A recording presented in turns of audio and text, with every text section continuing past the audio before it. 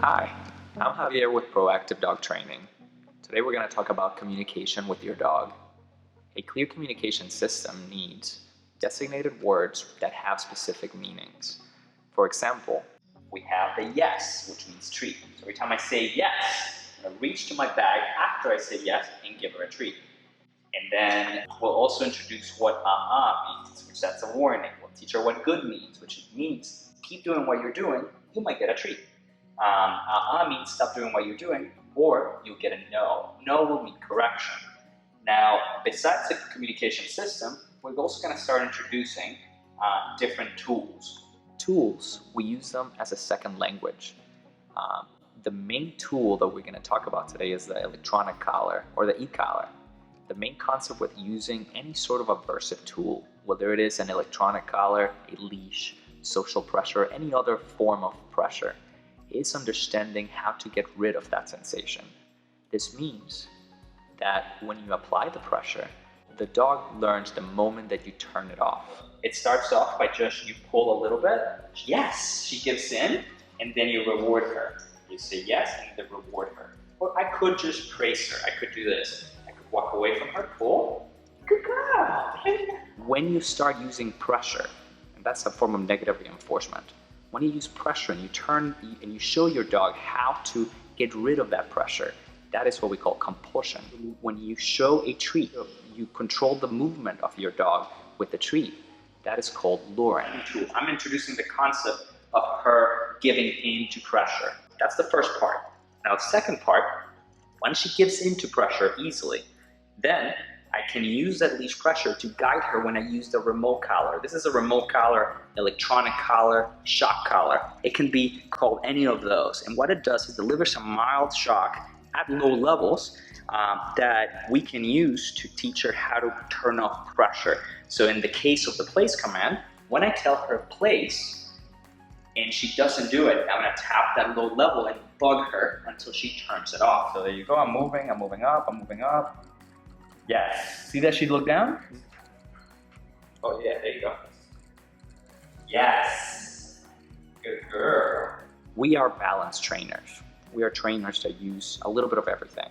We correct the bad, we reward the good. In other words, we're using all quadrants of operant conditioning. Positive reinforcement, negative reinforcement, positive punishment, and negative punishment. There are several ideologies on how to train your dog. You'll hear a lot of positive only, meaning somebody that tries not to do any sort of aversive. You also hear traditional training. That's when there's a lot of like leash yanking. All right, so I'm Javier from Proactive Dog Training. He's an Australian Labradoodle. We're gonna be working on the place command. First thing that we worked with was leash pressure, how to turn off leash pressure. And that is a very useful tool in order to be able to give meaning to our shock collar, because that's what we're going to be using today. And we call it electronic collar, e-collar, remote collar, or shock collar. It's the same stuff. It sends some stimulation that you can regulate, whether it is very, very mild or a harsh correction, depending if you're correcting something or if you're just using it to teach. But we're going to use it to teach today, not necessarily to correct. So I'm going to first pull, yes, just make sure that our leash pressure game is working properly, and that is I pull on the leash, she gives in. You know, most dogs are used to that you pull on the leash and they pull against you. We don't want that. We want to make sure that when I do this, yes, he gives in right away. So we've done this outside of this session to make sure that it is strong enough so we can practice that pulling and giving in. So that's the first part. Then we start introducing the e-collar. We've introduced it with him before, so it shouldn't be that difficult for him. So we're gonna do this. We're gonna press and hold. And I'm gonna put the red button on the Easy 900. He feels it. And then I bring him, yes, to the feet. He gives in, he goes to the bed right away. So that's my goal. That's how I know he's got it. And then I can name it. So I'm gonna press, I'm pressing and holding. Yes, that's what I want. That was level 5. Now, this is not his first time, so we've done this a lot before. So he has a very good idea on what to do. One important thing to mention is whenever you try the same thing that I just showed you right now, Yes, and you try it in a new location. Like right now we're in this white room and it's different. So that is what we call generalizing. We'll practice in different scenarios. Whee! That will be something that when you start going to different areas, you're gonna notice that your dog will not get it as good as he got it at home where you were practicing. So what I want you to do is backtrack. Go back to the first steps when you taught him what to do. And we use both luring and compulsion to shape the dog's behavior. There are advantages and disadvantages to each one. Compulsion, the disadvantage is that it can cause mild stress.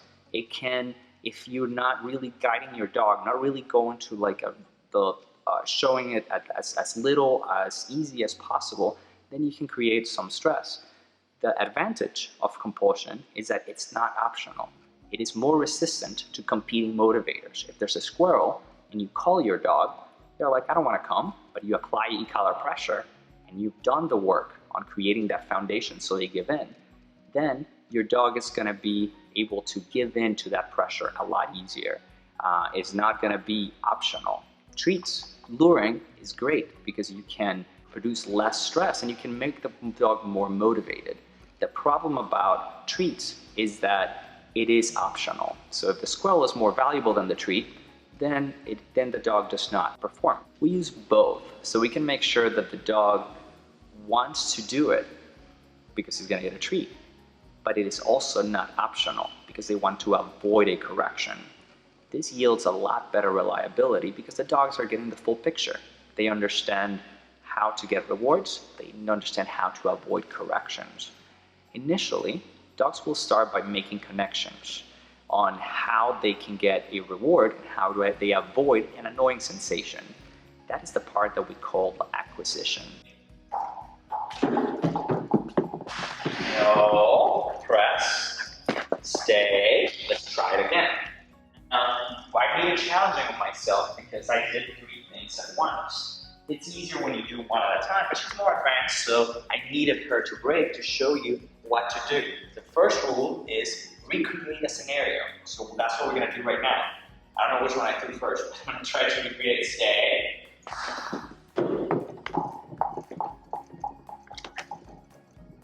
Yes. She thought about it. You saw that struggle, that inner struggle, but she made the right decision.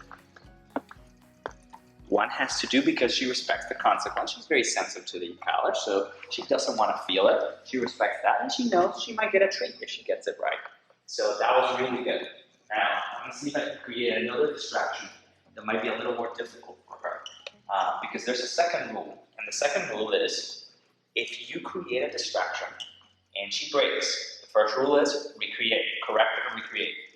The second rule is, if she fails 2 times in a row, then you're going to lower the standard. You're going to make it easier for her so she doesn't keep on failing. If not, she's just going to stress out. So I'm going to try to do something silly.